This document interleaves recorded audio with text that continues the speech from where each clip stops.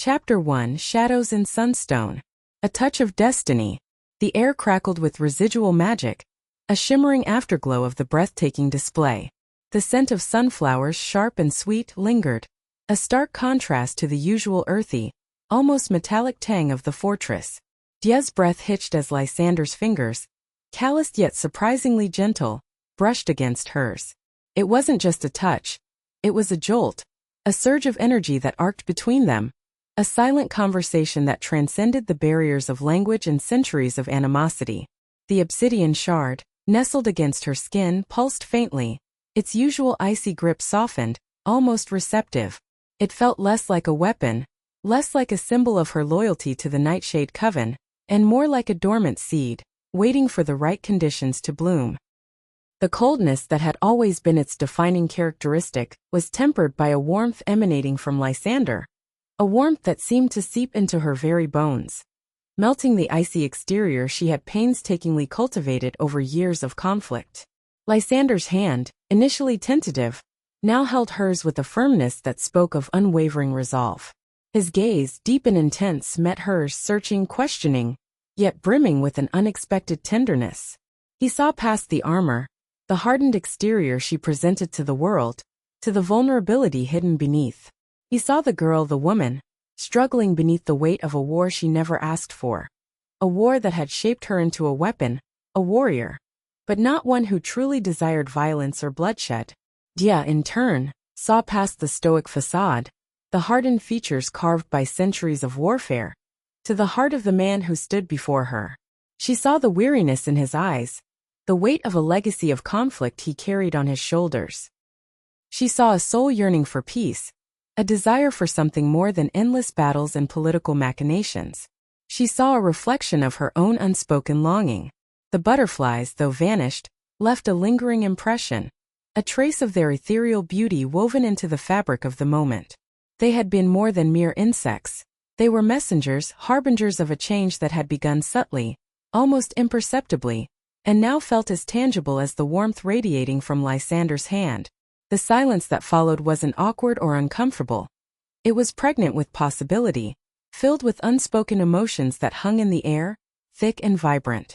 The silence itself seemed to thrum with the lingering magic, the potent energy that still connected them, binding their souls together in a way that defied explanation. It was a silence that spoke volumes, a silence that whispered promises of a future yet to be written, a future where their destinies, once on a collision course, now appeared inextricably intertwined. Their gazes locked, the world around them fading into insignificance.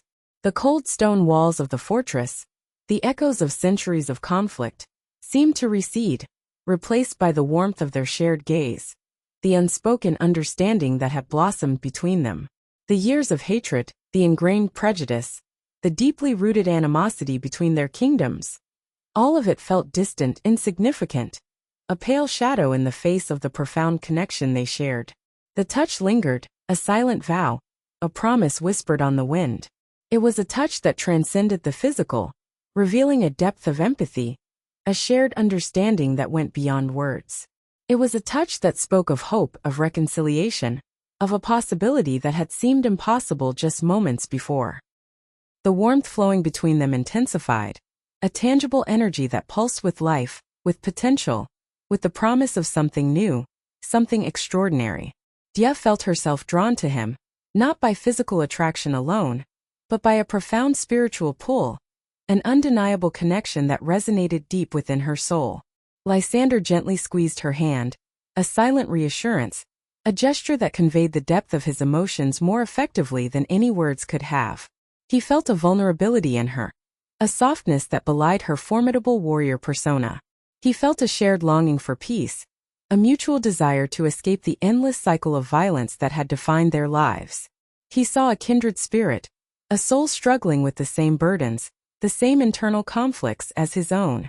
The setting sun painted the chamber in hues of gold and crimson, casting long shadows that danced across the walls, adding to the sense of mystery and intimacy. The air vibrated with unspoken desires, with hopes and dreams that had previously seemed unattainable. It was a moment suspended in time, a pause in the relentless march of war, A fleeting respite where love and hope dared to bloom amidst the darkness. The sunflower, though withered, still emanated a soft golden glow, a potent symbol of hope, a testament to the resilience of the human spirit. It had served its purpose, its magic weaving a thread of understanding between two souls who had once seemed irreconcilably opposed.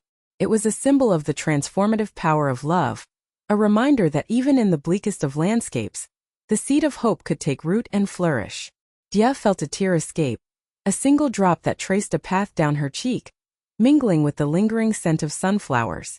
It was a tear not of sorrow, but of profound relief, of awe, of a nascent hope that had taken root in her heart.